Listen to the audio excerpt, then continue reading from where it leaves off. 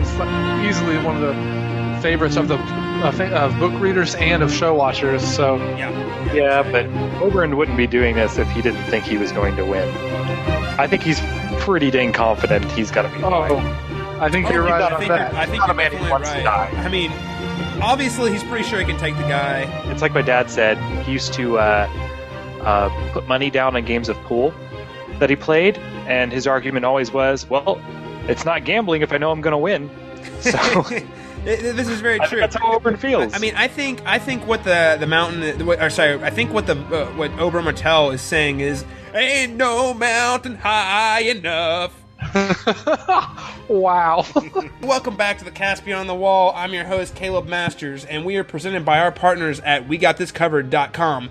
Joining me today, as always, my great co-host, all the way from Oklahoma City, sir. Daniel Stoll. And the lone wolf. He's riding the pack by himself. Awesome Lucari. All right, and we are so excited to talk about this week's episode, Mockingbird, featuring yours truly's favorite character, Littlefinger. Yes, yes, yes. I love it so much. We typically have a guest host on every week, and unfortunately due to, extenuating circumstances in Scotland and all sorts of crazy stuff, we're not having a guest host on yet. But for the time being, it's just going to be rolling with three of us. It's a classic, guys. Woohoo! You know what they say about classics. Let's go ahead and do our question of the week as we always do.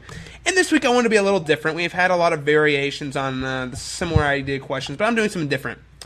So guys, this show is based on a book series called A Song of Ice and Fire, right?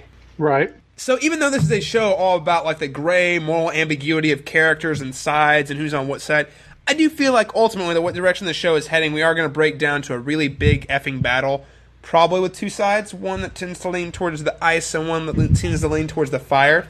So we got a big battle coming, I think, at the end of the show. I think we can look forward to that. So my question this week is, who's going to end up on what side? There's a lot of really interesting fan theories out there as to how this ends up. I'm going to forego all of those, and it's going to be the Greyjoys versus everything. The Greyjoys are going to kill the dragon, they're going to kill the White Walkers, they're going to kill the Lannisters, because they're the only one with the cojones to get it all done. Only ones.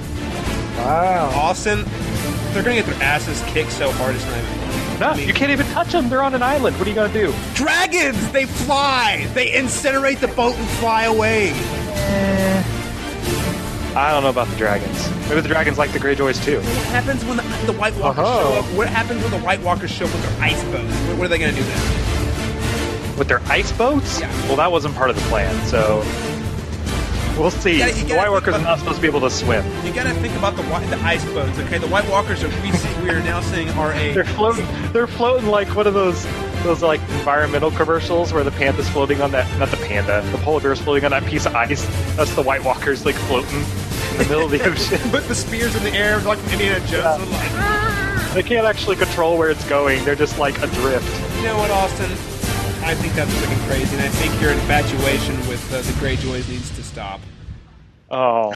I honestly have not read very many theories, I guess you could say, out there. I've actually tried to stay away from the internet just because I'm afraid I'm going to accidentally run into a spoiler of some kind. So I actually don't know what some of the theories are out there, but my sort of idea is that I think Bran is going to play an extremely important role. I think that's where his story is sort of headed, and I think Melisandre and her Lord of Light will sort of represent the fire side of things, and I think Bran will eventually have something to do with this other god that she references, and it will be the Lord or god or whatever of ice. It'll be more of an icy, maybe darkness. She calls him darkness, but we don't really know much about him, and I think it'll be more of an icy thing, and I think it might come to something like that. If the dragons and Daenerys play a role, it will be on the fire side, and then the White Walkers will play their role on the ice side of things, and I think that'll be... I think Bran, my theory is that Bran will eventually be able to maybe even control the White Walkers in some form or fashion. There's nothing that suggests that's true. That's just what I think might happen. And then on the other side, we'll have Daenerys and her dragons, and maybe Melisandre with Lord of Light. I don't know how that's all going to play out. I don't know. That's sort of my grand general, without getting into too much detail, theory. Okay, that's cool. That's very cool. I mean, I've been thinking about this a lot, and Originally when I was reading these books and watching the show, I was thinking Jon was going to be on the icy side, right?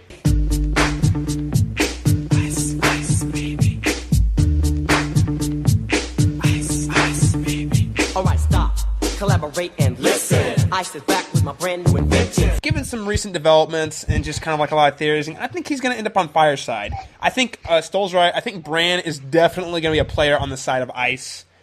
With the great other, whoever that may be, who is going to be opposing the Lord of Light, which is Melisandre's god. So I'm really interested to see how Daenerys and her dragons plays into this. I mean, your natural inclination is to say, ooh, she's going to be fighting for Melisandre the Fire because, dragons, fire, all that stuff. Right. But I just don't see them working together very well. Yeah, me too. That's sort of why I said I don't know how that'll play out because I don't see them being on the same side. Right, exactly. Even though they're kind of connected. I don't know. Of course, your natural inclination is to say, the dragons are fighting for the ice or the fire side, right? But what if Bran is working for this great other guy and he can warg into dragons? Just saying. That's a good point. I mean, it'd be pretty freaking sweet if Bran warred into a dragon. Otherwise, though, I feel like the players I'm really not sure about are going to be the King's Landing folk. Right. I think our fellows across the sea and at the they're wall. They're going to be casualties of the war, I think. I think so, too. I'm trying to figure out, because I want Jaime to end up on a side somewhere, and I feel like, if anything, he's probably going to end up with Daenerys or something. Well, I think this is what's great about Game of Thrones, is what's going to end up happening is we're going to have people on both sides that we want to win. Yeah. And we can't have both sides really win. Because, for example, there are going to be Daenerys fans on that side, but then if Bran's on the other side, there's people going to like Bran, and maybe you like both characters, and then that's going to be one of the conversations I think that we've had before, or touched on at least a little bit on the podcast before. We see a very realistic evidence where maybe it's not good versus evil, it's just people versus people. Yeah. Mm-hmm. And you see good and evil on both sides of things, and it's that's going to be really hard for us, I know for me anyway, to pick a side, because I'm going to want people on both sides to win. So I'll be like, this side I hope kills this people on the other side, but I hope they don't touch these people. You know what I mean? And right. But realistically, that can't happen. And I think that's a very realistic thing where there's good and evil on both sides, and it's just going to play out the way it plays out. Yeah. So that's an excellent point. And, I think if you go back to the show and look at the Battle of Blackwater, I think that's a great template for how I think that final battle is going to play out. Because Battle of Blackwater, we didn't like Stannis. We wanted him to die. We liked Davos a lot, though. We didn't want Davos to fail. We hated Joffrey. We wanted Joffrey to get his head cut off in that battle so bad, but we didn't want to see Tyrion go. We didn't want to see Bronn go. So, it is that dynamic of having people you love on both sides who are going to be fighting each other, and you're kind of rooting for both of them and neither of them at the same time. It's a really interesting dynamic, I think, and I think you're totally right. This show is obviously not about good and evil, and I think it's definitely going to get...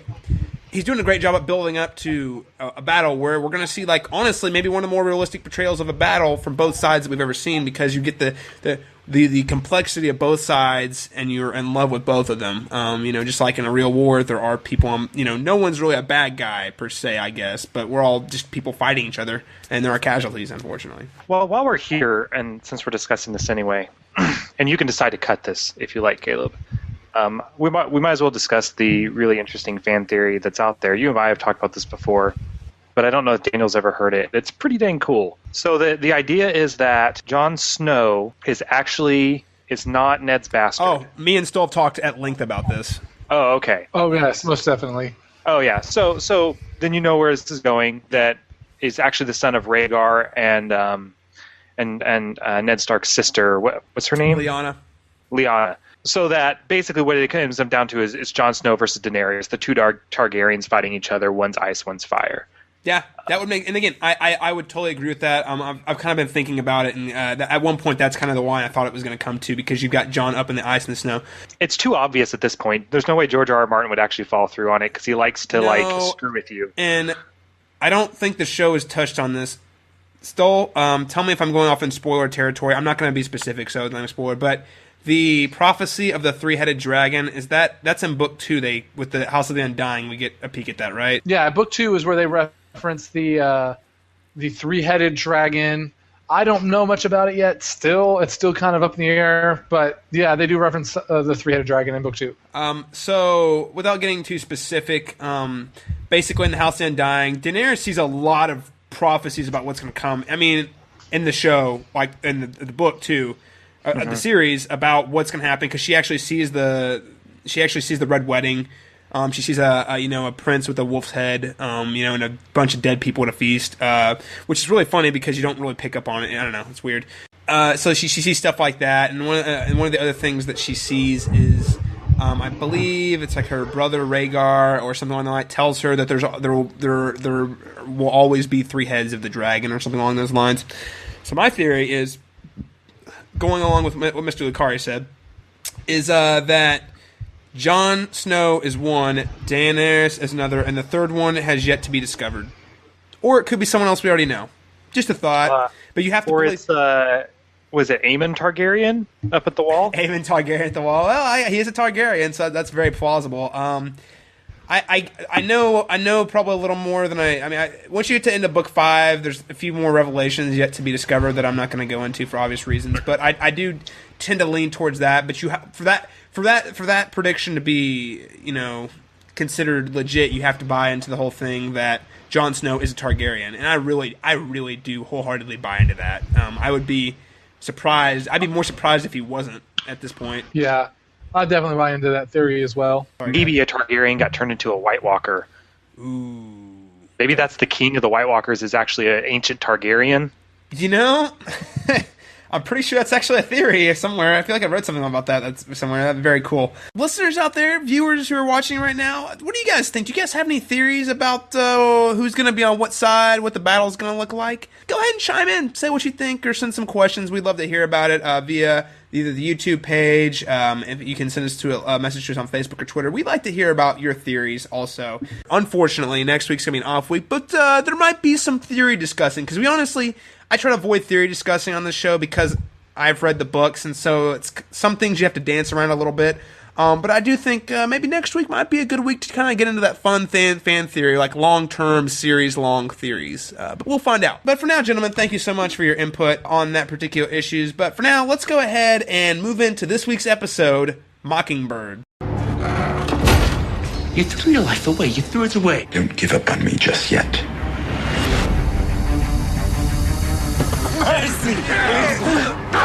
Send me to kill your enemies. Any enemy, anywhere. Let me do what I do best. Next to you, I'm a walking bag of silver. You are strong enough to look into the Lord's light and see his truth for yourself.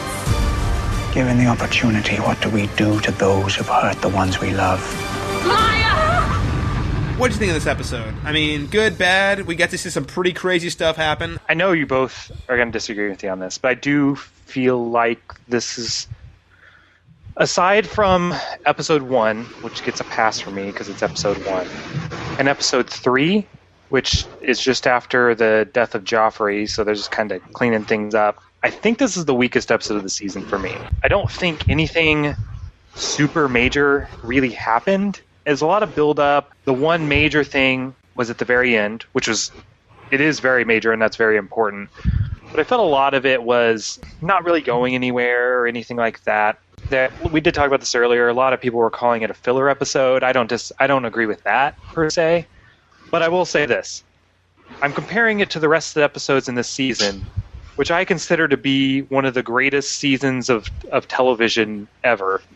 This season has just been completely insane. And if we were to drop this episode into even any of the earlier seasons, it would be one of the best ones by far. Yep. So I don't think it was that strong of an episode, but that's only in relation to the incredible, amazing season we've had so far. I'll just say Austin's comments are fair. I understand where he's coming from, but I disagree. This was actually my favorite episode so far. I thought it was very strong. I thought there were a lot of strong character moments. Ones that pop off on my head are obviously the Oberyn and Tyrion scene, then obviously the Littlefinger stuff we got at the end, the Littlefinger with Sansa, and then also the Littlefinger Lysa stuff. One of my favorite scenes was the Jaime Tyrion scene, honestly, where we really got to see them connect. Was a really great scene for me. However, I will preface that with a lot of these moments I was really looking forward to building up from the book. So perhaps I could be somewhat biased because I was really anticipating some of these conversations and some of these moments. And when I finally got to see it on the screen, I was just kind of had this exciting moments like, yes, we're finally there. So I will say that about that. But I still think for me, on a personal level, I really enjoyed some of the character moments and conversations that we got to see from this week's episode. Totally fair. And, I fall somewhere in between the two of you guys, because I'm totally with you. Some of these scenes, particularly the one with Bronn and Tyrion, and, Oberyn and Tyrion were two... And then obviously the stuff with Littlefinger at the end, I've been like I want to see this stuff. I want to hear these conversations. These are like some of the most powerful moments in the show. And again, even with Jaime, even though it wasn't in the book, it was still really glad. I love being able to see those guys interact, just period. So yeah, there were some really big moments in this episode that I really, really loved. And I think overall this is still one of the better episodes of the season. However, I don't know if it... While the scene at the end with the Littlefinger was probably one of my favorite moments of the season so far, period, I don't know if it quite carries the impact of the trial last week. I also think that I don't think this is an episode with a filler episode. I do feel like certain scenes could be considered filler scenes. I'm speaking specifically about the scene with Melisandre and Stannis' wife. I would agree with that, I think. And I don't think that it was quite as tight and organized as the last 2 or 3 have been. It didn't, the flow, and honestly, my initial reaction was much higher. Like when I went back and watched it a second time, I had kind of adjusted the hype a little bit, and I think that it doesn't flow quite as well as the last 3 or 4. I mean, because like Austin said, we've seen some really, truly excellent episodes, and part of one of the reasons I like all the episodes this season is just how well they've all flown. There's not like earlier, especially last season, there were so many storylines going on. They were hopping all over the place, back and forth. It was really nice to kind of have these scenes, some of these scenes that kind of worked, one scene at a time. And this episode didn't quite feel quite as focused as some of the past. So I'm kind of somewhere in the middle. I thought this wasn't a great episode, and I think what Austin said is totally true. If this was in another season of Game of Thrones, this would have been an outstanding episode.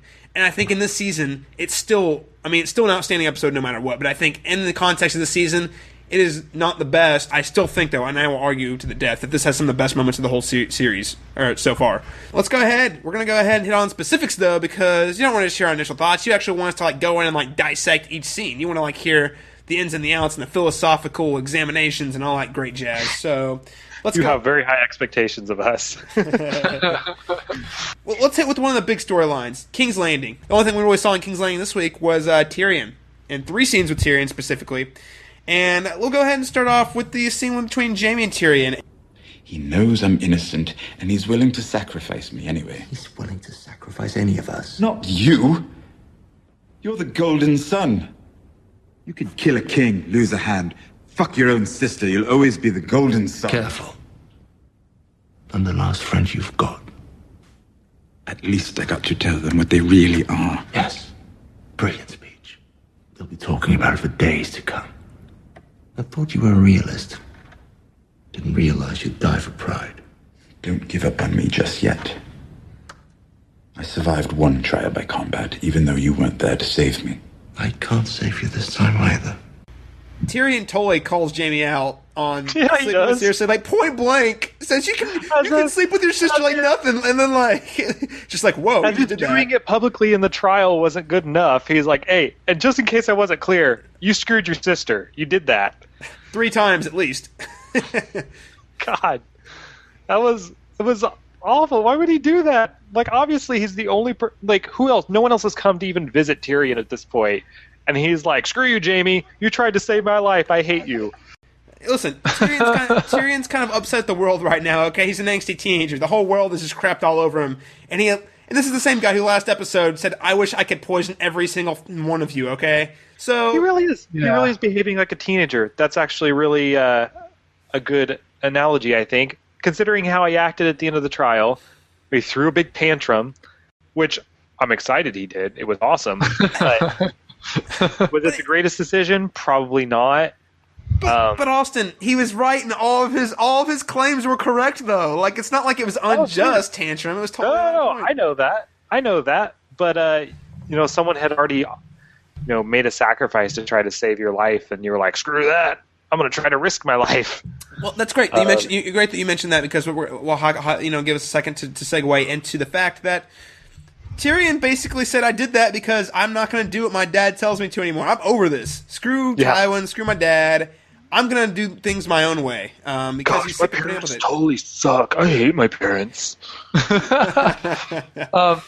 I don't know, but before we kind of move on a little bit, I actually want to say I really did enjoy this episode because of the Tyrion Jaime chemistry we got here. We always hear that these are the two Lannisters. They get along. They're the only two that, have some sort of respect for each other. And I think out of any moment of the TV show, this is the strongest moment I feel like we see between them, where they have that little moment where they joke about, like Caleb referenced, what if we just did this to make our dad mad? Like, they have that little bonding moment, and we really get to see they really do care and love for each other, more so than any of the other Lannisters do for each other. And it was a really good moment for me anyway, just to see that pull up on the screen, because I know you get a lot more of that in the books. It's funny, they were like, in these series of scenes, they were just like parading out all the options for champion. This is where we see the first option, which is Jaime, his kind of go-to option, the one he wanted when he was in the Eyrie. Jaime just basically says, I can't do it. I'm not good enough anymore. I can't beat anybody. And that's going to be hard for Jaime to admit. Like, he's a very confident, really arrogant person, honestly. Yeah. And to see him admit, like, I can't do this is right. And honestly, interesting. It's Jaime, and I think Jaime sort of has this moment like, look, if I'm your champion, we'll both just die. There's no point in that. I'll lose to the mountain and then you'll die. So there's no point in us both dying for nothing. You should just die, Tyrion. Don't worry about it. I'll save my life. Saving my own skin. Okay, so guys, the way I look at this is a Christmas Carol. Okay, so Ghost of Christmas Past is Jaime, because his older brother always protected him and stuck up for him in the past, right? Option number 2 is Bronn, Ghost of Christmas Present, because Bronn has been like his good buddy in King's Landing, right? Saving his butt, saving his life, being a great sellsword. And then the Ghost of Christmas Future, Oberyn Martell. Christmas yet to come. Let's go ahead and move on to Tyrion and Bronn, because this was one I've been really looking forward to. And honestly, I think the show might have outdone the book to some extent. Bronn comes off a little more douchey and selfish in this scene, at least than I felt in the book. I don't know if it's a good thing or a bad thing, but I definitely, when I was watching it, I know he's a sellsword, but like understanding, right? Even Tyrion knows this. Yeah. It's not a surprise. Well, I mean, even Tyrion in the scene says, "This is the reason that you're ditching me right now is the exact reason that I picked you for my sellsword. That's the kind of guy I needed. Right. You once said, if anyone ever asked me to sell you out, you'd double their price. Is it 2 wives you want, or 2 castles? One of each you do. But if you want me to kill the mountain for you, it better be a damn big castle. I'm a bit short on castles at the moment, but I can offer you gold in gratitude. I have gold. What can I buy with gratitude? You might be surprised. A Lannister always pays his debts. Your sister's a Lannister too. My wife is heir to Winterfell. If I emerge from this with my head still on my shoulders, I may one day rule the North in her name. I could carve you out a big piece of it. If and may and could. It's bloody cold up north. It's so sad because you know that Bronn's he's looking out for himself, and ultimately he's looking out for himself, but you can tell he feels so bad because he actually really likes Tyrion and Tyrion likes him. So I don't know, would you guys call this a flat out betrayal?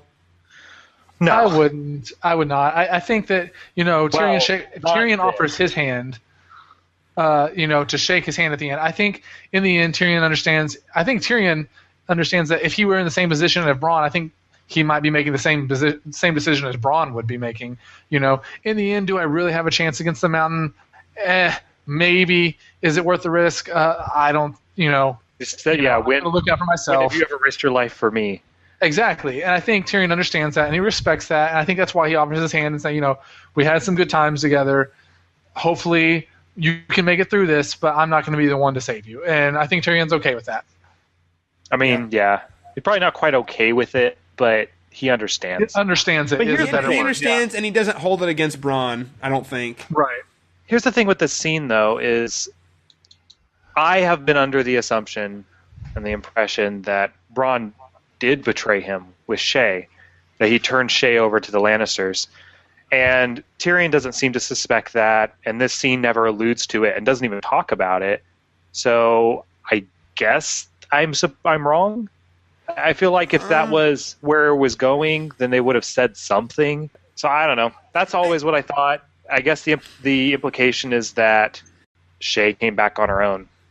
Well, they do hint at some sort of play there because he does. Again, he's wearing the nice clothes, and he has Cersei. Yeah. Cersei has given him a wife that's going to get him a castle. Tyrion's not dumb. I feel like if that was the direction the show was going, he would have called Bronn on it. Like, oh, they paid you. Did you bring Shay too, so she could testify against me? Yeah. Like he would have said something, and that didn't happen. So I was a little disappointed that didn't happen because I thought. It just seems so convenient that Bronn was the one that took her to the boat, and then she shows up at the trial, and Bronn's a big sellsword who has no problem just doing things for money. I don't know. Right, and I do wonder, and we'll find out, maybe that's something they might explore a little bit later in the season. They do play that kind of ambiguous, I guess. So I guess that was a disappointment. I thought that was going to get addressed in this episode or in this scene, and it didn't. Yeah. Otherwise, though, I thought a really fitting send-off for their friendship. It fits with kind of the tone they've always had. You know, we're friends, but you pay me. You know what I mean? Like, you know, we've had this off and on throughout the whole show. And I thought this was a very fitting send-off. It's touching, but at the same time, ultimately, even though they like each other a lot, it still does come down to business. Tyrion keeps saying that he has money. He has money. Why would he have any money when this is done? Well, I mean, I'm sure he's got his own. I mean, investments and stuff like that. I mean, I don't know. Maybe so. I just always assumed it came from his father. Essentially, well, I mean, obviously he's inherited that because of his father. But I'm sure he actually has his own goal. I don't think it's all Tywin's he just takes from it. I think this is actually his goal that he's earned or inherited or however that works. But yeah. But at the end of the day, he just can't promise Bronn 2 castles and 2 princesses. Sorry. So. Which brings us to the last category, the ghost of Christmas yet to come. Am I in the presence of the ghost of Christmas yet to come? Spirit, I fear you more than any spectre I have yet met. Wow, the scene between Tyrion and Oberyn on so many levels. Oh gosh, one of the best scenes of the season. There's so many lines in here that are just chilling, and true, and just bam to the heart. I've got a couple highlighted here. Making honest feelings do honest work is one of her many talents, which is talking about Cersei. Or it is rare to meet a Lannister who shares my enthusiasm to see dead Lannisters.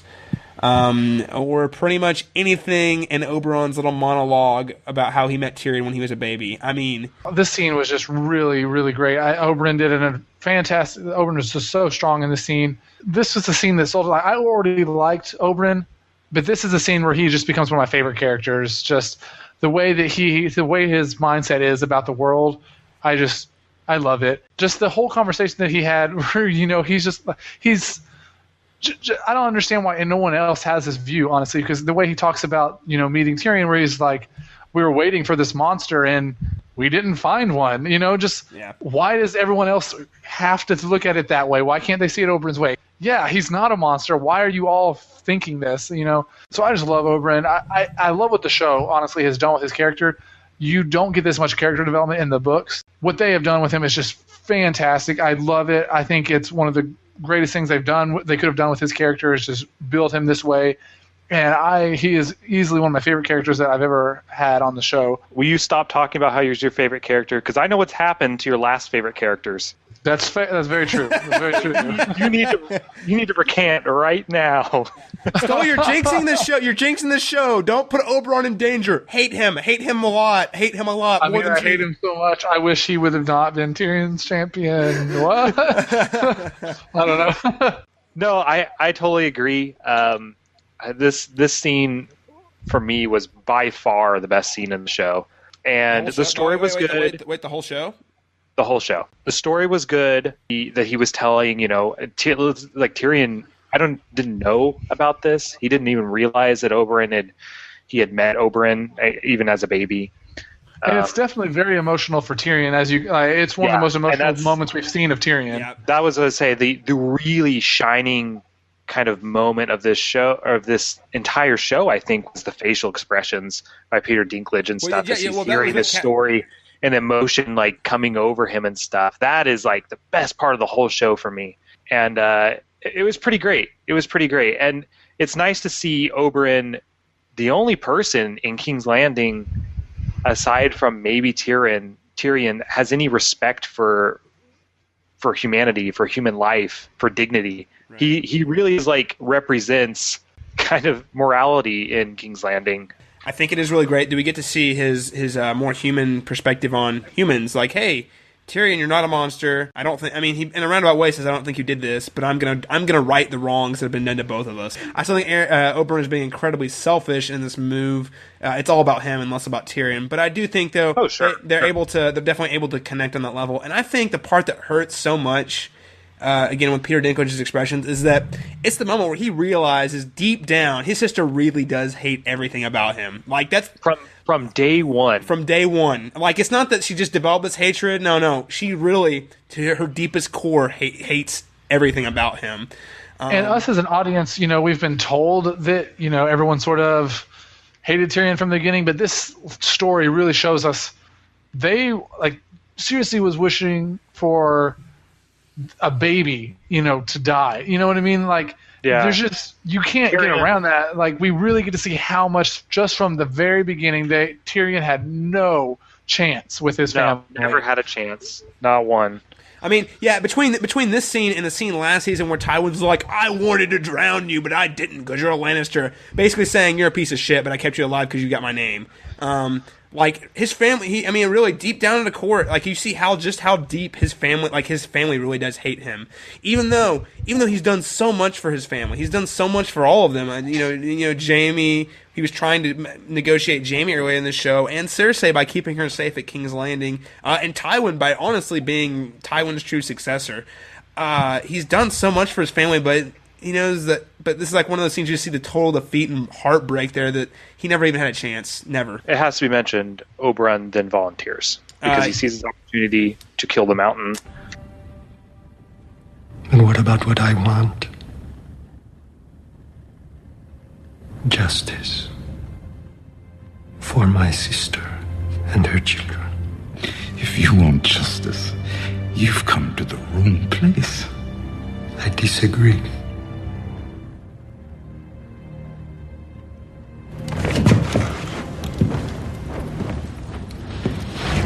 I've come to the perfect place. I want to bring those who have wronged me to justice, and all those who have wronged me are right here. I will begin with Sir Gregor Clegane, who killed my sister's children and then raped her with their blood still on his hands before killing her too.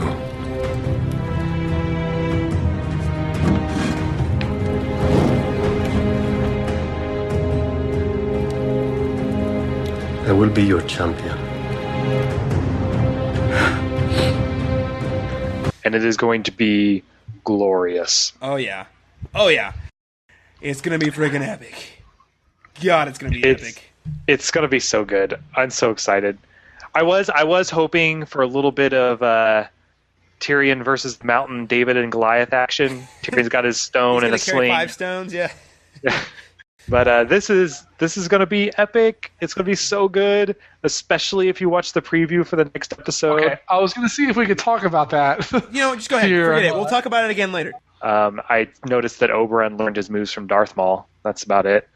Okay, so that's the one thing that I actually wanted to point out is that he's I thought it was interesting how at the very beginning of the season could you see the weapon that he was holding?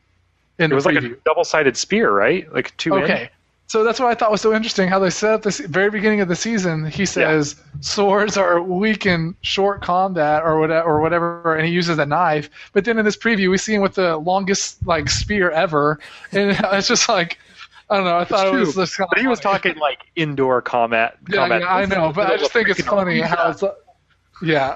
We're going to see epic mono dual fate style fight here, guys. It's going to be pretty dang epic. And I just have to say, and I know I mentioned this last week, this is probably one of, if not the most anticipated moments for all book readers, or almost all book readers I've talked to in the show. Yeah. There's so much at stake.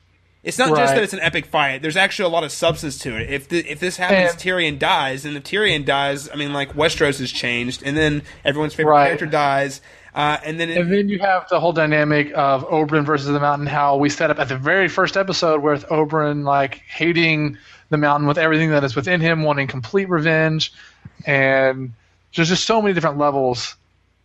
And then we even have, which this part, unless I remember incorrectly, was not in the books. Then we have the whole dynamic of where Tywin promised Oberyn where he would help him bring justice to the Mountain. So there's even that dynamic on this now. Right. So there's just so many different layers that are involved here. Yeah. There's so much at stake, and so much. The consequences are going to be huge. Either way, I mean, because even if Tyrion, if, say Oberyn wins and Tyrion makes it alive, what's that going to mean for those guys? I mean, no one's going to like Tyrion anyway. They're still going to think he did it. Well, I think one, I don't think Tywin cares whether Tyrion lives or not. If he lives, fine. If he doesn't, fine. The only person who really cares here is Cersei. But I do think it will be amazing when Oberyn wins and takes Tyrion with him down to Dorne, and Dorne and Tyrion just is hang out on the beach with all the women. He's going to be living it up. If you like pina coladas and getting caught in the rain, if you're not into yoga, if you have half a brain. Austin, It's gonna be great.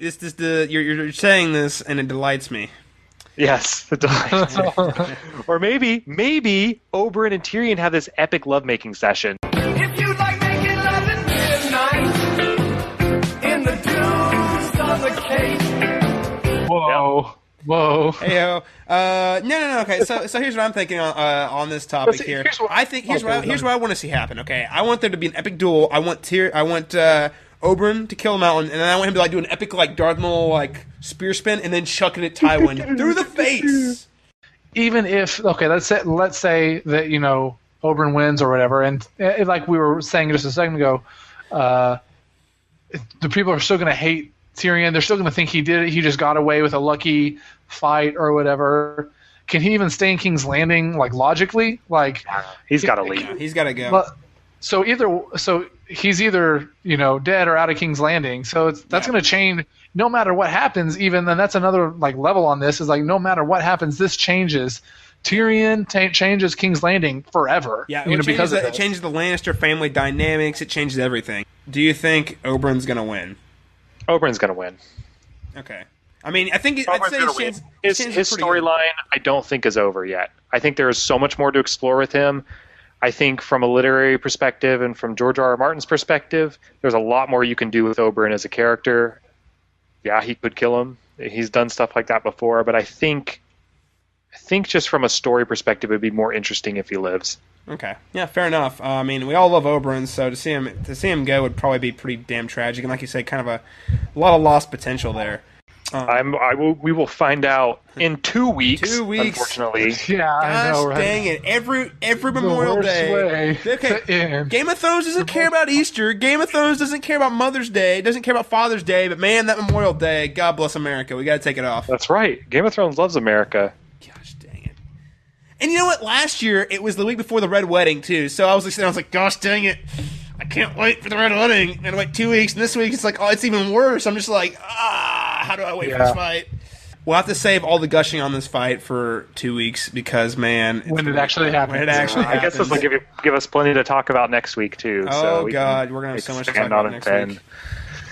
All right. Well, now that we've gotten that out of our system for now, temporarily, let's go ahead and move on to some of the less interesting storylines, but still kind of fun.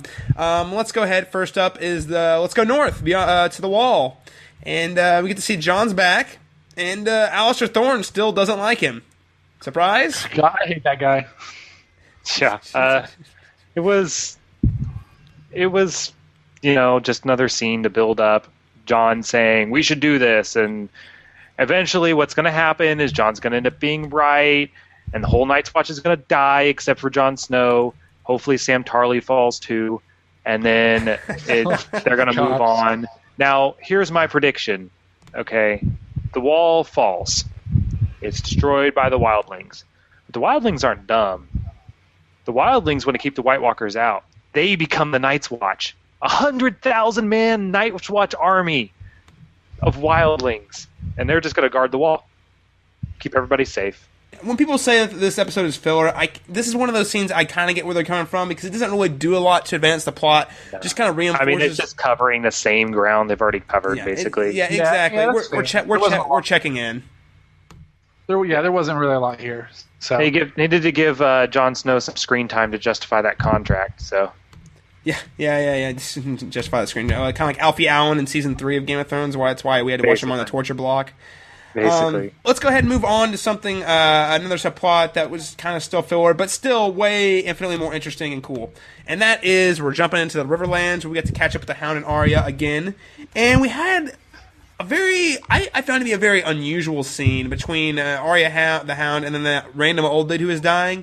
And it was honestly, in a weird sort of way, kind of touching, kind of dark and sad, but it was kind of cool because we got to see, I feel like the Hound connect with Arya on a more personable, like, feels type level. Yeah, we got a personal moment from the Hound. It was really, really interesting. Yeah. It's kind of like hell froze over or something like that. I don't know, guys. He's trying to teach Arya. Like, he doesn't... I think he has a little bit of respect for her, but knows that she doesn't have a father, doesn't have anyone to teach her anything, and he's all she has, basically, right now. And I think he recognizes that. As horrible of a man as he is, I think he does care for her quite a bit. Because ultimately, the Hound may need her at some point to save him, and it's better if she knows how to fight. So, the one interesting thing is we had the guy show up and bite the Hound. Yeah. We got a little cameo from Biter and Rorge, which, by the way, these guys, brave companions. That's it. Yeah, that's what it is. And they're like the scumbags in Westeros. They're like the don't mess with these guys mercenaries, because they like screw people up. They cut Jaime's hand off just because they could. They didn't really care. Biter and Rorge were both members of that group, so it was a nice little cameo. Even though that group has pretty much been cut from the show for good reason. I think, though, the interesting part about this scene was or this part of the scene at least, was the Hound asks, is he on your list? And she says, no, he can't be. I don't know his name. And he says, Rorge. And she stabs him, which reminds me of Jaqen, when Jaqen's like, a man needs a name. Maybe she picked something up from the Faceless Men. Dude, now she only kills people who she knows their names. No. This is totally the pattern of a freaking sociopath. I'm Dexter, and I'm not sure what I am. Hi, Dexter. I just know there's something dark in me, and I hide it. I don't think anyone's ever denied that she's a sociopath. She's going to be freaking... She's going to be wrapping people Dexter's in plastic. Amazing. Arya's Dexter, right? Rourke pops up. He's like, surprise, motherfucker. Moving on to the next part of that scene, though, where he's got the Hound's trying to clean up the wound, and Arya actually tries to help him, but with fire. So he's like, "Get away! I don't like fire." But they did have a nice little exchange, and he talks about how he feels like abandoned. He kind of feels like abandoned by his own family. We find out it just wasn't his brother Gregor the Mountain in Clegane. It was also his father, because his father chose the mountain to cover it up, right? To cover it up, yeah. So he chose his older son over his younger son, and the favoritism, and how that's kind of like really driven him to be the man he is. Oh yeah, it was really nice little touch character moment we got to see from him. We have got, like you said, almost none of those like emotional moments from him. So it was very, very nice to see that, even the Hound has these little a heart and is emotional. It was good. You characterize him a little bit. Hopefully, when they do things like this, it means the character will stick around a little bit, or maybe it'll just make you like him when he gets killed. No, then you care about it. This is Game of Thrones. This is Game of Thrones, Austin. They're making you like him so they can kill him. I know. They haven't killed off any characters I like this year. Isn't it great? They're killing a bunch of bad guys. Not bad guys. People we don't like. Not yet, Joffrey, anyway. Lysa. We could still lose Oberyn and Tyrion. Don't speak of episode. So. Austin, do not speak of such things. My heart can't take it. Okay. I just keep by telling myself that can't happen. That can't happen. So I believe it now. Brienne and Podrick, not exactly my favorite duo. They're fun. They're cool. Hot Pie cameo though. Yes, we did get a Hot Pie cameo. That was the most exciting part of the scene for me. Yeah, it was. It's like, it was oh, it's the hot only pie. highlight of the scene. Hey, and he I was made, like, oh, hey, look. it's like, what? Okay. And he made an even better version of the pie. Remember, he made a better wolf cake or biscuit or whatever it is. Yeah, he did. But hey, Brienne and Podrick just kind of we're still learning their dynamics, I guess. We see that basically Podrick's used to working for Tyrion, so drinking a lot and being relaxed and chill, and she's like, we don't drink on the road. We don't do that. Drink responsibly. Hot Pie's there, kind of gives him some insight with Arya and where he last saw her, so that was kind of cool. It is kind of nice to see some of these threads do come back around, you know what I mean? Like, it's not just...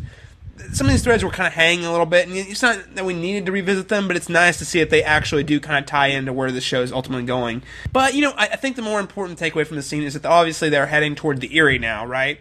And that's why this scene... So, I think this is the dumbest scene of the whole episode. I really do. If Podrick, just logically, if Podrick already had all this knowledge in his big dumb head, why didn't he say this as soon as they left King's Landing? Like, hey, probably the most obvious place for Sansa to go is her only living relative. So why did it take them wandering around the countryside before he said, hey, how about we head there? It just didn't make any sense. Well, they've been, I don't know how long they've been out. It's not like they've been out that long, though. They've at least camped a couple nights. So, he had enough time to light a rabbit on fire. It should have came up before that. I didn't really think about it too much. I sort of thought this was one of the weaker scenes of this episode. I don't think this scene is filler. I know it's not the most eventful. I know it's not filler because I know it's going somewhere, but I can see where people are coming from because it's much more slower paced part of the story and not a lot happens. Yeah, so. No. And honestly, and this is again, I try to avoid referencing the book like crazy, so I should probably stop. I gotta put a ban on myself after this point in the episode, but I never found Brienne's storyline in the books particularly interesting. But that being said, it definitely goes somewhere.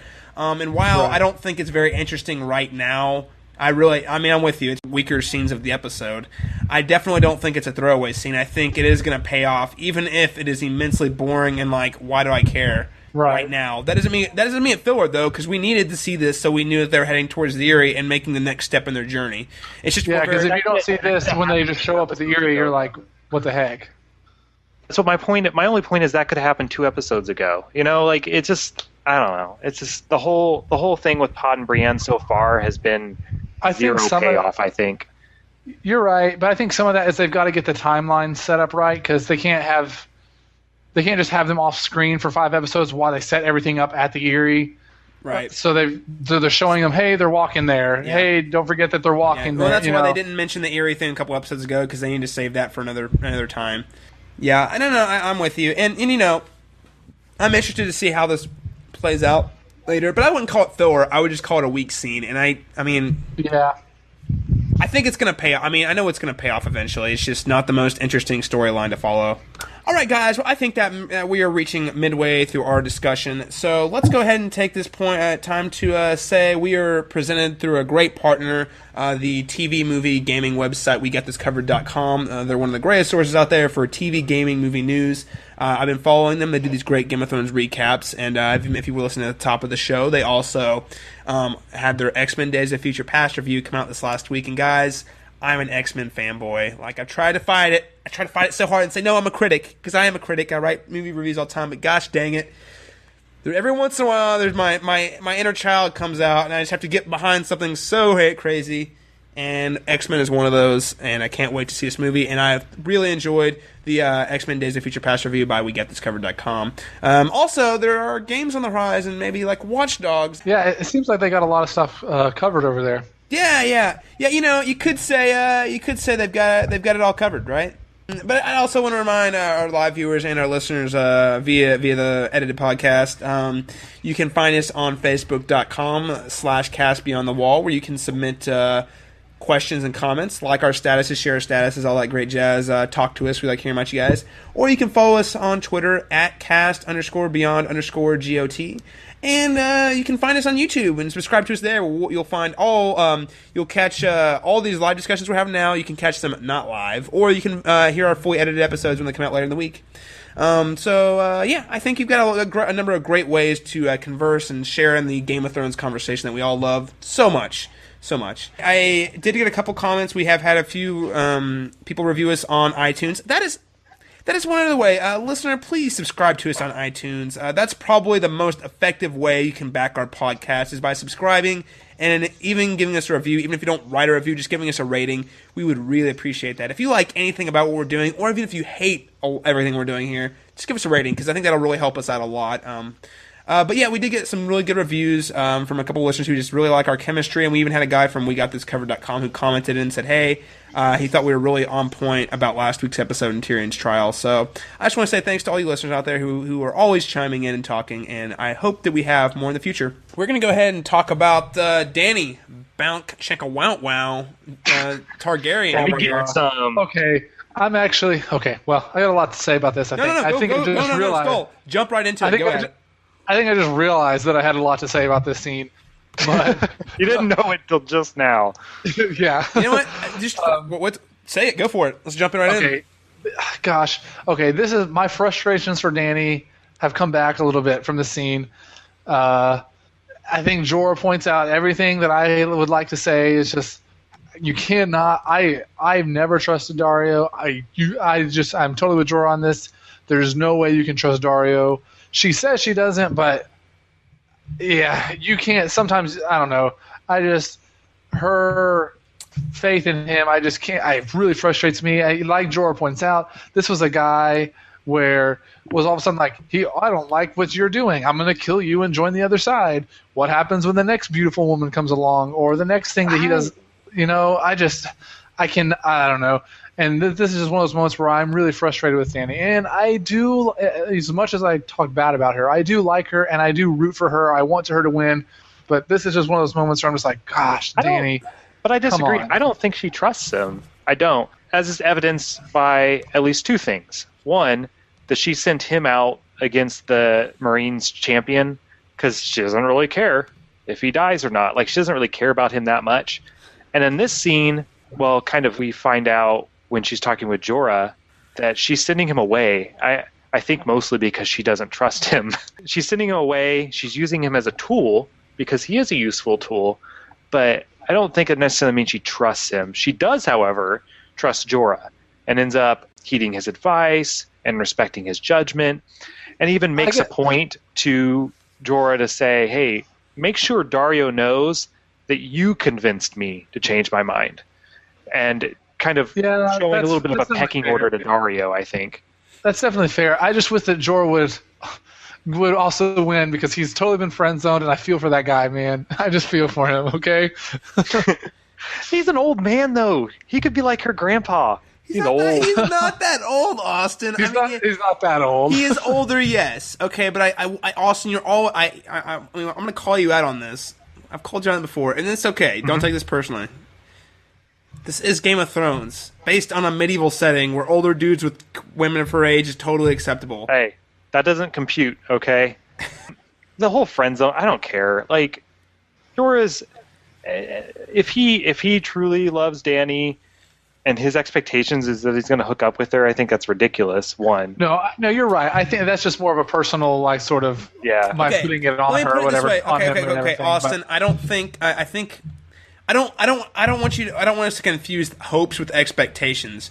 When you expect something to happen, that means it's gonna, in your mind, it's gonna happen, and it's your right. When you're hoping something's gonna happen, it's not your right, but it's kind of like a best case scenario, right? So I definitely don't think Jorah has the expectation of hooking up with Dany, but I think he would love to make some crazy dragon love to her. So. Oh yeah, he would. Of course he would. I do think this scene, we should point out, this is one of the very, very few scenes where a female character has the power sexually. Yes. Yeah. I think this scene and then the scene with Gendry and Melisandre, are the only ones I can think of off the top of my head.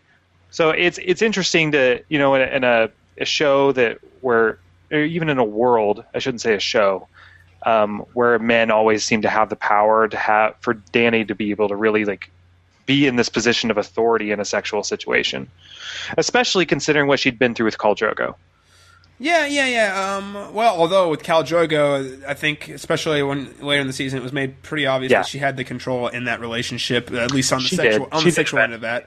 Towards the end of it, yeah. Yeah. But honestly, overall thoughts on the scene, I'm somewhere in between you guys again. I get really frustrated with Dany, but no, what I'm saying is, I tend to side with Jorah. I think all of his criticisms are very legitimate, and he does end up changing. The saving grace. He calls Dany on her crap, and calls her on her broken thought process, and I totally agree with him on all those. But I will say I do have to. She listened this time, exactly. Which is great. That's exactly what I was getting at. I was about to say I can respect Dany for at least listening and then giving, and then even better than, not even better, but aside from just listening, actually gives credit to Jorah, which is something so rare for her, these days.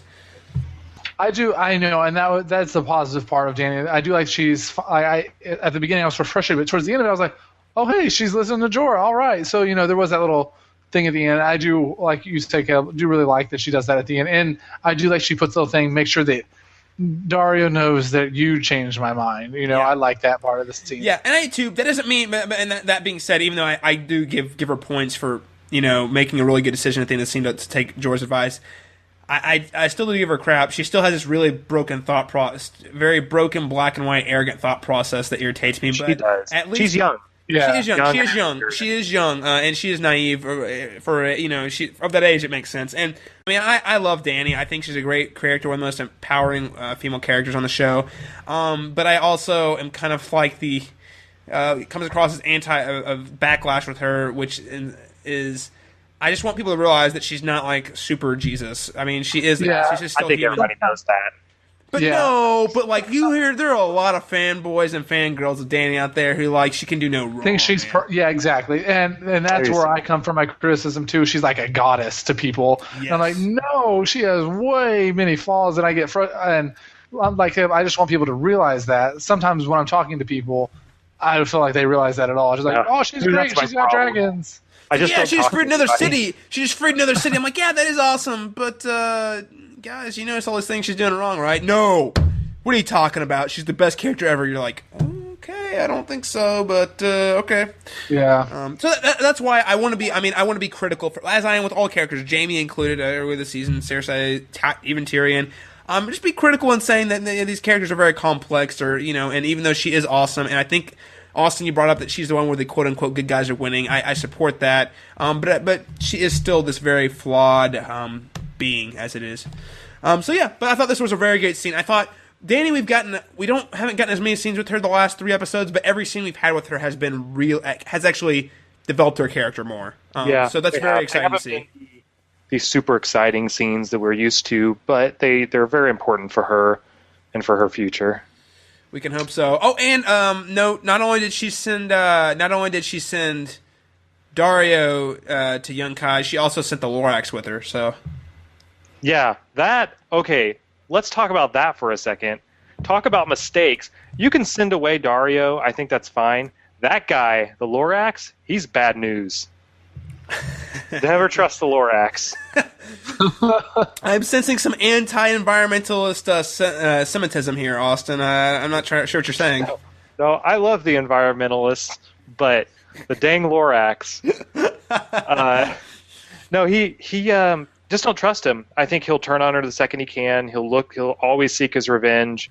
For her to send him as an ambassador when the only time she's ever really talked to him, at least that we know of, is when he's complaining that she had just hung his father.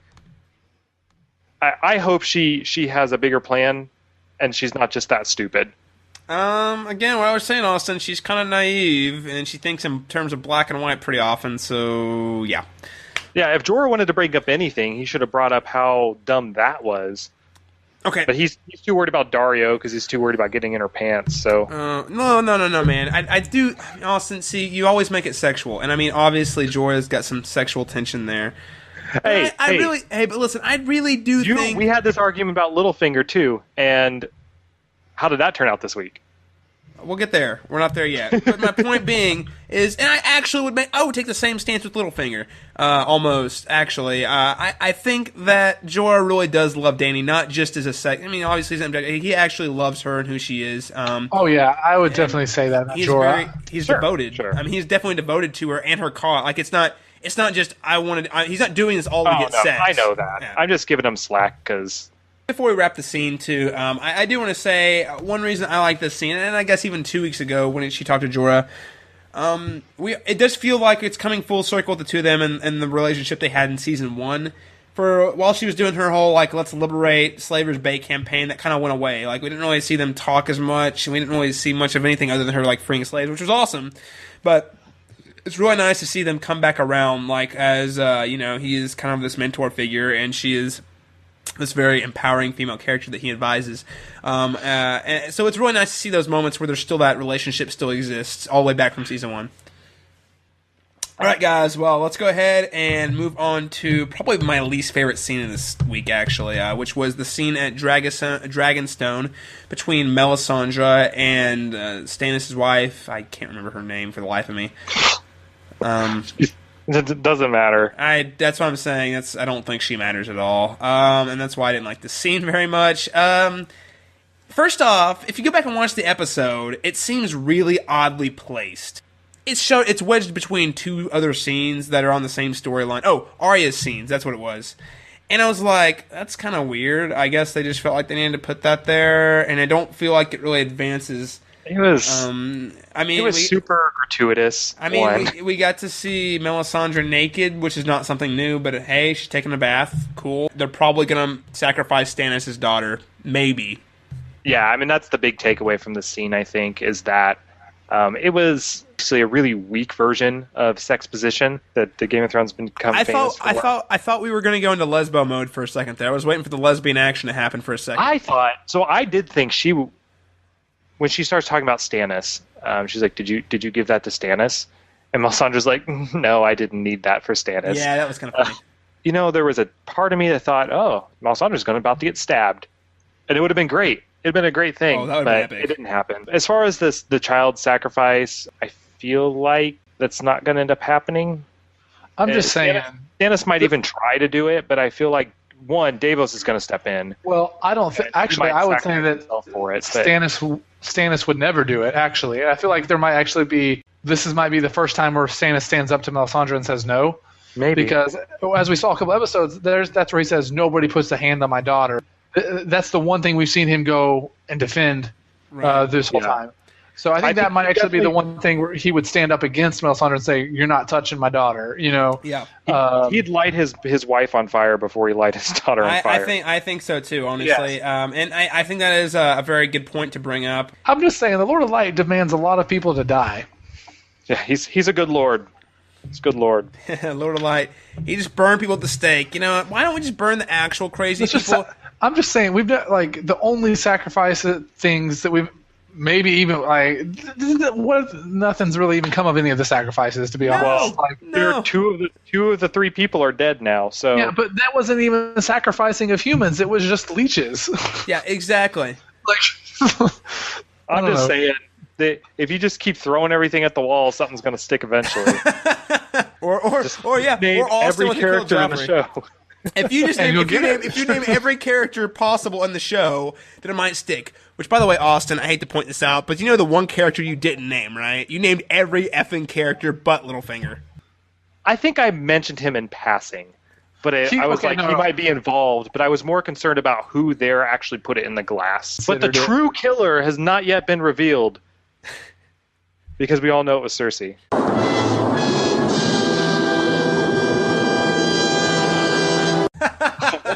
Oh my gosh! She sent away Pycelle. It had to be Cersei. Okay, that's right. You'll feel really dumb, and in a couple seasons when we finally find out that Cersei was behind it all. It's going to be last line of book 7 is Cersei just says, "I did it," and then says the end. Whatever you say, Austin. Whatever you say. Well, speaking of Littlefinger, yeah, I think Littlefinger had some great moments, guys. Let's skip to the Eyrie where Littlefinger reigns king. First off, I just want to point out that was a good choice of words there. Exactly. Reigns. Oh. But yeah. So I will say though, let's be honest here, and I love this whole section. I mean, I loved every second of this scene at the Eyrie. But guys, it was kind of like a soap opera from hell or something like that.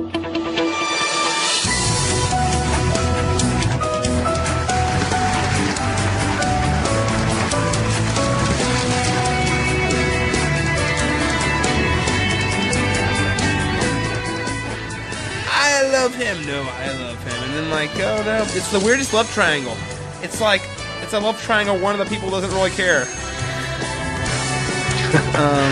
Well, part of it's like a love triangle with a person that's dead too. It's like a. It's pulling a Lost. It's a love quadrangle. Okay, it's the mountains out there. She's singing "Let It Go, Let It Go." She'd have a smile on her face when it started snowing. She did. The cold never bothered her. I actually really thought this Sansa and Robb Arryn scene was interesting. I don't know what to really take of it yet. Okay, so it's weird. In one sense, it was almost a little touching, and they actually connected a little bit, right? Well, yeah, but then he just does his whole thing. I didn't really understand. I don't know. I don't really understand what the point of that scene was yet. Well, he was being a brat, right? So, right. I mean, I don't know. We'll see. I wonder if it's not setting up for the potential relationship we're going to see those two have. But it was weird because they actually kind of connected, and then when it didn't go his way, he just pouted and killed her snow castle. It was really sad. But she kind of got really upset with him for. I mean, I guess it's understandably, she was creating her home that's been burned or whatever. But she gets really upset with him, just like, you ruined it all, and sort of she starts it off it's not even him. She pulls a Tyrion on him, just slaps him right across the face. Hey, listen, Sansa has been beaten up enough. It was nice to see her get to slap somebody for just a second. Okay, yeah, you learned something from her husband. That's right. She picked up some great slapping skills from Tyrion. Ooh. But no. Okay, so following the scene with her and Robin, which I do think is interesting, and I really hope they pick up on that in later episodes. Just kind of this. It was still I'm with you. It was a very weird dynamic. Yeah, it was definitely awkward too. I don't know. But then Littlefinger, of course, comes down the stairs. Why did you really kill Joffrey? Tell me why. I loved your mother more than you could ever know. Given the opportunity, what do we do to those who've hurt the ones we love? In a better world, one where love could overcome strength and duty, you might have been my child. But we don't live in that world. I actually think this is the most vulnerable we've ever seen Littlefinger. Ever. Period. I think there was...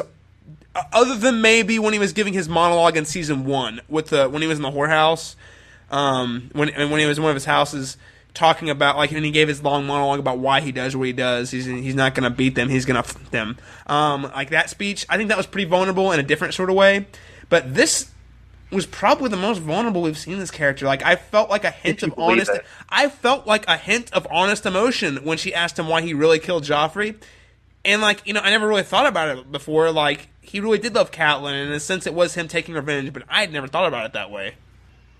There was such a fast turnaround. This was planned long before Catelyn Stark died. Probably. I think. So yeah, I think he's playing her. He's playing her like he plays everybody. I don't think he's very sincere. I think Austin's right. I think this was planned before Catelyn even died, but I think he probably knew about the plans for Catelyn's death. I don't know, whatever. I don't know. We can just speculate on that. But I do think I think I'm kind of between you guys, I guess. I believe there was a tinge of honesty, but at the same time, he was using that honesty to play Sansa. Yes. If that makes sense. No. That's totally fair. It's like Cersei with Oberyn a couple weeks ago, you know. Yeah, I think exactly her like emotions that. were totally legitimate, but she was very strategically playing them. And Right. I think the same says here, and I don't think it's any accident that Lysa saw Peter, or Littlefinger Peter kissing Sansa either. I think that was very intentional. On Littlefinger's part, you mean? Very intentional on his part. Yes, I think he knew. I think he knew she was watching. Interesting. Personal thoughts though, but I mean, I don't know. I did feel a tinge. I don't know. I felt like real emotion. Now, whether it was okay. So, well, then, do you think that there is something like did he legitimately feel something for Sansa? Then, ooh, that's the tough question. I feel like I don't think he legitimately feels anything for anyone. No, Well, I mean- I don't think so. I feel like I think he legitimately loved Catelyn. And I feel like by I think he loved the idea of Catelyn. I don't know that he actually loved her. That's fair. He's a man that's always been driven by, I think, even before Catelyn, trying to become more powerful and trying to gain more things. No, And she was a means to that, and he loved her, I think, on a surface level, but I just never trust his motivations. No, okay. That's where I'll straight up disagree with you. I think at least in a very minimal sense, you can say, I think it's fair to say that he legitimately at one point in his life did love Catelyn. Now, obviously they both moved on with their lives, and he might have fallen in love with the idea. I mean, like, he might have fallen in love with who Catelyn was and kind of held on to that for his whole life, right? Like as a kid. Yeah. And that became an idea that he fell in love with. I could totally see that. Now, did he... I think he legitimately really fell in love with her at one point and really did. And I think holding on to that idea of who she was has kind of been his driving force. I don't think he was a power seeker. I think his love for her and then the fight he had with Brandon Stark was the catalyst of who Littlefinger became. And it wasn't just because he loved Catelyn, but it was also because he was humiliated at that battle and everyone laughed at him. And there's been several references. I think that was the bigger thing. And I feel like it's both. I really do. And you can kind of see that duality within that character too. That he has his moments where you feel like, especially with Sansa, that he might love her, but at the same time, I think he's very inspired to make everyone who laughed at him pay. Like he never wants to be in a position where anyone can ever laugh at him again, because when he was so young and vulnerable, that happened. So he's obviously played the game in a way that won't ever happen again. And I think that both of those emotions together and that incident with Brandon has been a catalyst for who that guy is now. But I honestly do think, truly and sincerely, he probably did love her when they were kids. Yeah. Well, the reason I asked this is because he said to Sansa, I believe, if I'm quoting correctly, he said, "You are more beautiful than she ever was." And I don't know, I just thought that was really strong words coming from him when he talks about Catelyn the way he does. So I don't know if that's just transferred over to her or what. I don't know. I thought that was He's manipulating her. He's trying to, in some way, play into her, like, her desires to have, like, a normal life a little bit. And I think he's trying to flatter her. He's trying to do what he can in order to gain complete control over her. But I don't know. See, I'm not convinced. I am pretty heavily convinced that Sansa was turned off by that kiss. So I don't understand how he thinks that would work. I don't know. I don't know if she was or not. I guess we haven't really got to see a reaction about it yet. Yeah. So. I honestly, guys, I don't know what to make of this. To be quite honest, it's because I can see both sides of this. I really can. Like, on one hand, Peter Baelish is a manipulative son of a bitch. There's just no question about it. But, like, because the history with Catelyn and how he fell in love with her, and I do think he has some sort of soft spot love for Sansa, because even before she was going to marry Tyrion, Peter Baelish was trying to take her out of King's Landing before that was ever a thing. I think I will have to agree with you to some extent because of the next scene, where he does put himself in a position where he does not normally put himself in order to protect her. Yeah. Well, I guess was he just protecting his interests? Maybe, but ultimately he's put himself in danger at this point, and he has never done that before. Right. Not such blatant danger anyway. Yeah. I mean, let's go ahead and I guess jump to that scene then, because this is also, we've talked very much so about the fact that Littlefinger has never, ever gotten his hands dirty. He's always had someone else do that. Yeah. This kind of stuff for him.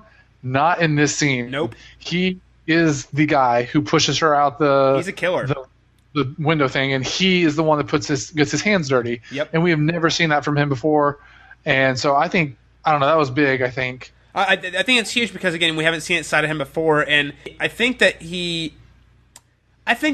like I said, I think he intentionally kissed Sansa when Lysa could see him on one hand, but I also don't think he expected her to react the way she did. So he actually had to put him, like you said, he had to put himself in a position where he had to defend Sansa and throw Lysa out the moon door, which, guys, that was pretty freaking great, I gotta admit. Yeah, and by the way, I loved the way he delivered that line, just Yes. like, I have only loved every woman. You see her get comforted, he thinks she's about to talk about her, and he's like, your sister. Just like, oh, that was great. It was great, and then just chucks her out the freaking Sparta, kicks her out the window. This is Sparta! Yeah, woohoo, Yeah. crazy. Oh my gosh. So Austin, I've got some thoughts on the scene, but before we do that, what are your thoughts on the scene? I thought Robin was going to go through the moon door first. I'm not convinced that he still won't. I'm not sure how I feel about it. I don't think he expected Sansa to get in this kind of danger, but he did expect a scenario like this to play out. I think he saw his interests in danger and decided to take control of the situation himself. That's probably going to come back to bite him. As far as him, he's always been a killer. He really has since like the first season. No, I don't think he is a killer though. That's the thing. But whether or not he has someone else do it or he does it, he is the person responsible. He's a killer. No, he is the person But responsible. This is the first time where he can get caught. Yeah, that's true. That's the clear distinction, which is why I think this didn't go exactly how he planned. Maybe he's not quite as smart as we thought he was. We'll see how the next episode plays out, but it's there's going to be consequences for this for sure. Well, everyone's got an Achilles heel, and his is Catelyn Stark, and given the circumstances of how crazy Lysa is, I mean, it even messes with his plans, because she's not remotely reasonable in how she reacts and does things. So, Austin, I agree. Well, this is a position, not only is he in danger because he could have gotten killed or gotten Sansa killed, he's in danger now because he can be directly tied to the murder of somebody, Exactly. which is something that never happened before. And that's why I say, I don't think he's a killer because I don't think he's ever had to get his hands dirty. On a moral level, he's always been a killer. Now, what I'm saying though is I don't think that makes him personally a killer, but what I am saying is what's more dangerous, the guy who does things practically or in theory? Because for him, all these points, all these murders, all of it has been in theory, right? He hasn't had to do any of it, so for him, it's not as real. So that's why I say that doesn't make him any less a killer. It's just a very different type of sociopath that I think is probably more dangerous, honestly. For me, I thought it was a little bit different than I pictured it for the most part. I really liked the way it was delivered. I just remember so well when I read it, the moment of, he gets up, he says, I love this woman, blah, blah, blah, and he says, your sister, he pushes her out. But I will say, I felt, and I guess this is the question I have for Austin, was when I read it, I very much felt like Sansa was about to die when I was reading it. And I don't know if that translated over onto the screen. I didn't feel like she was as threatened. I felt in this scene when I was watching it, maybe that's just me. I don't know what you guys thought about that, but yeah, maybe I've gotten soft this year because no good characters have really died. It's always been bad people so far this season. But I never really felt like she was in danger. The whole time I'm saying that, I'm like, Littlefinger's going to walk in. And then he did. Yeah, and I also felt like Lysa never really intended to. She sort of was just like... Oh, I think she would have. Look. Well, no, I think you're right. But in that moment, she was just... From the screen, from the show's point of view, I never felt like she was in danger. Where in the books, I was like, oh my gosh, Sansa's about to die. Yeah. And so I don't think that translated over as much. I don't know if that's what... maybe they weren't trying to bring that over, which is fine. But I don't know. But I don't know. I did feel bad. I did feel like she was in danger. I just, for whatever reason, just knew in the back of my head. I said, Littlefinger's about to walk in and save her because, one, he hates Lysa, and two, Sansa's still an important part of this story. So it's kind of a silly way to look at it, I guess, but that's how I felt anyway. Yeah, you're right, and I felt sort of the same way. I never felt like she was in danger in this scene. Yeah. But when you're reading the books, though, maybe it's because you see it through from Sansa's perspective. It really does feel like she could die. And honestly, and that's the point I wanted to bring up. This is and again, I hate constantly comparing the two, but this scene actually is the last chapter of Book 3, in which you see this happen after all the crazy things we're talking about that are going to happen, and some of it has already happened, but it happens after so much death. So much destruction, so much. It's a bloodbath. Well, maybe I'm like you, Caleb. I don't really necessarily like comparing the book and the show that much either. This is also the moment, though, where the Jon Arryn part is revealed. Yeah, the Jon Arryn part is actually revealed right here. He talks. That's part of her, like when she says, they'll never love you. I did this for you. I killed Jon Arryn for you. Right. This is this moment where she reveals that. Right, and that's what I was. I was going to get to that too. And I guess I think it was. I don't know if it's because I built it up in my mind so much. I think it was actually executed better in the book. I still think it was executed very, very well here. But again, I still, after everything that had happened in the show, and it was the last chapter of the book, I actually felt like Sansa could have died in that moment. Given the circumstances and the where it was at in the book and everything. Like, I seriously, that was very much a possibility.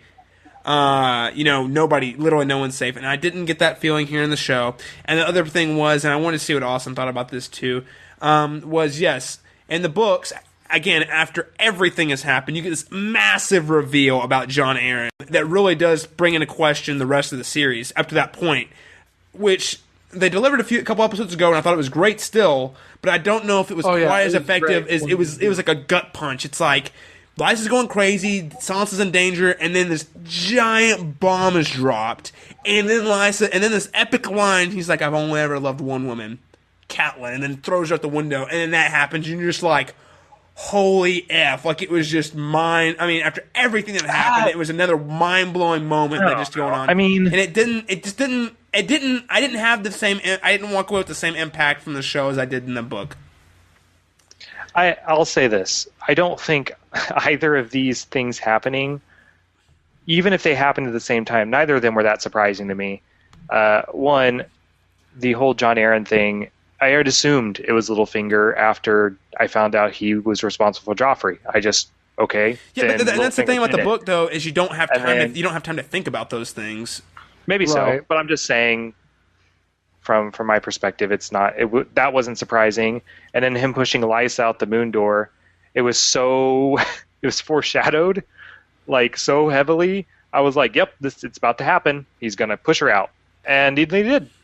So none of it was that surprising. It was all. That's how I felt about this show. This episode in general is I felt like the way the show has done things, it's plugged stuff and hinted at things so much that I felt like I figured this whole episode out before it ever happened, which is why it didn't carry the same weight for me that I think it could have. When they revealed that the Mountain was going to kill Tyrion, or I was going to be, sorry, I don't actually know that, so that's not a spoiler or anything, I have no idea. When the Mountain is going to fight for Cersei, that was supposed to be like a bit of a reveal, but he's been like hinted at for like every single episode this entire season. Is like, oh yeah, the Mountain did this, the Mountain did this, when he hasn't really been talked about at all for like 3 seasons really. And all of a sudden he becomes important again, so you know that that's going to be the champion. So this is less about this scene and more about the way the show is kind of, I think, just been using foreshadowing and hinting and things too heavily, and it's really killing some of the bigger moments. Well, I will say too, not everyone who watches is hyper analytical about the show as we are, is one. And two, I did think to some degree Austin's correct though. The show, and I don't think it's necessarily the show's fault, because Martin actually hints at things quite a bit in the books too. And we mentioned the Red Wedding imagery earlier in the episode, with the wolf's head on the King at the feast in the House of the Undying. That is not in the show. And I think, I do wonder if there aren't certain things that, like, when you actually see them, you draw more of a connection to. Because if that image of the wolf on the body's head, on the prince's head, would have been shown, I think it would have really made the Red Wedding less shocking. Versus in the book, and I don't know how to explain this. Like in the books, you just don't it doesn't impact you the same way. And maybe it's the way it's paced and all that. But I never expected. I mean, obviously Littlefinger's at the Eyrie, and obviously crap's going down. But I never thought it was obvious that he was going to throw out. But again, we also didn't have. I didn't have the image of freaking Robin throwing the bird out the window. And maybe when you see it, it kind of creates this more powerful, like, I wonder. Then if you read it, I mean, I don't know. Yeah, I mean, the visuals, I think, are really, really powerful. And the way they linger on things like that sometimes, it's like, hey, viewers, this is really important. Pay attention to this right now. And I think they do it a little too much. This being a TV show where we hyper-analyze things. And you don't have, like, big off-seasons to, like, sit and think about things. And, we never revisited that storyline. Whatever happened with that? Right, and I still think that, the Littlefinger poisoning Jon Arryn thing is for me, one of the most shocking reads I've ever read. I just was like, whoa. Just because you'd forgotten about it when you read it, it was like, that makes sense. I mean, it does make sense, but that doesn't mean it was any less surprising. I will say, though, like, from experience, I've experienced several similar situations where people like me, Caleb, some other friends who have read the book, such as Jessica, who we had on the show, all were really shocked when we read it. And then the people that we were watching it with, when they saw it, were not shocked like we were when we read it. Yeah, and I gotta go still with that too. And I've talked to other people who watched the show, and they were not nearly shocked. Some of the differences between forcing to read it and thinking through things in your own head, whereas having to see it and then having the time between each week to talk about we just watched 1 hour, but we're sitting here talking for 2.5 hours about something. Yeah. You don't get those moments in the book because you're just reading it and you're like flipping pages, going on to the next thing. Well, and there's so many different storylines you're reading through chapter by chapter. It's like, oh, we're hopping from Tyrion to Arya to Ned, whatever, and like it's like the way you think about things isn't the same way. In a way, I think Ned's death was more shocking, actually, a lot more shocking in the show than it was in the books. Right. Because Ned's not necessarily he has way more chapters than anyone else in book one, but he's not played by Sean Bean in the exactly. Well, he's not Sean Bean. There's that, but it's just the fact that like in books, main characters can die, and it's a lot more acceptable than in a TV show. Breaking Bad is never going to kill Walter White. Lost is never going to kill Jack. And I don't think it has anything to do with contracts. If the showrunners wanted to do it, they could. But it's in fact a matter of like, are people going to watch it? And that's why Game of Thrones is so groundbreaking, because they did kill Ned. In the books, that's I guess it's still a little shocking, but it's definitely not like it's not nearly as shocking as it is in the show. I don't think. All right, well, let's go ahead and prehash next week's episode, The Mountain and. Let's go ahead and prehash 2 weeks from 2 weeks from Sunday's episode, The Mountain and the Viper. What you tell them? I'm Theon Greyjoy, son of Balon. Bring me Moat Cailin. Lord Baelish has told many lies. I have to tell the truth. Mance and his army must be close. If they hit Mole's Town, then we're next. Do you think Oberyn has a chance? You're going to fight that?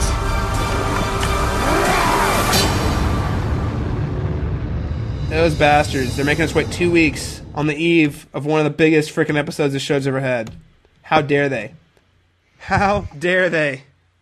I think knowing that they were going to skip a week, or like delay it a week, I guess, they put some really, really fun stuff in the preview. I'm really, really excited. They would get to see the whole Oberyn twirling this double-sided spear around like Darth Maul. It's so good. Yeah, it's so good. Pretty Sweet, yes. And we get to see Ramsay Bolton come back with Reek. Oh, and get to see where that's going to go now. Yeah, Reek is pretending to be someone he's not. To pretend to be Theon Greyjoy. Man, guys, I really want Theon to like not have the worst life ever. I'm sorry. I mean, he might be a terrible person, maybe, but come on, guys. I mean, just cut the guy some slack a little bit. No Greyjoy is deserving of this. Oh my gosh! Well, of course not. Really, those are the two big teasers. We get to see more Theon, epic fight that we already hyped way earlier in the episode that we cannot wait to talk about.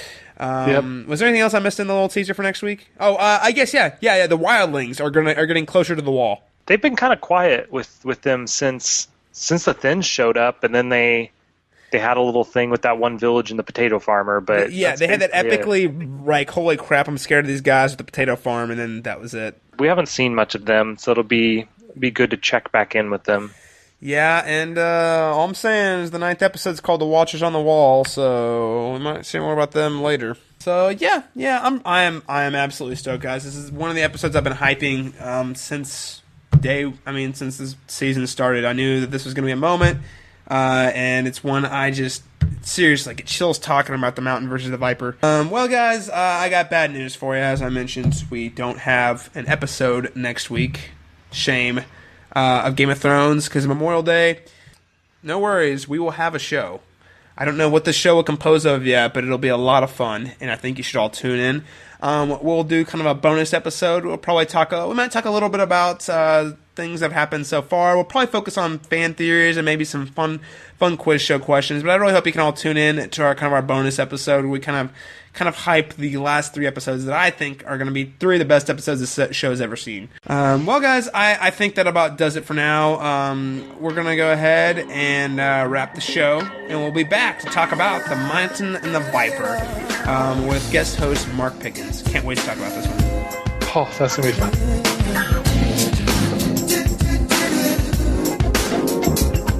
What wife would do for you the things I've done for you? What wife would trust you the way I've trusted you? You gave me those drops and told me to pour them into John's wine, my husband's wine. When you told me to write a letter to Kat, telling her it was a Lannister. Time is all slipping into the future.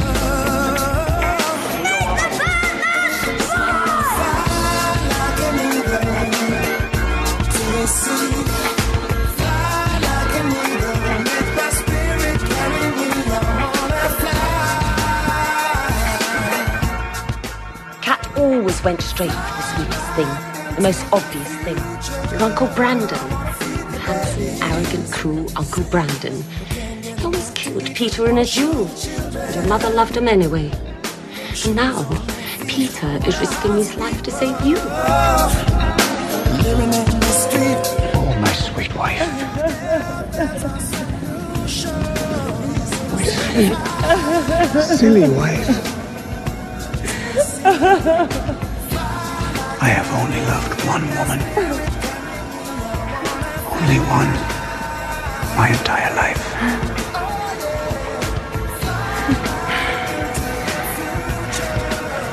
Your sister.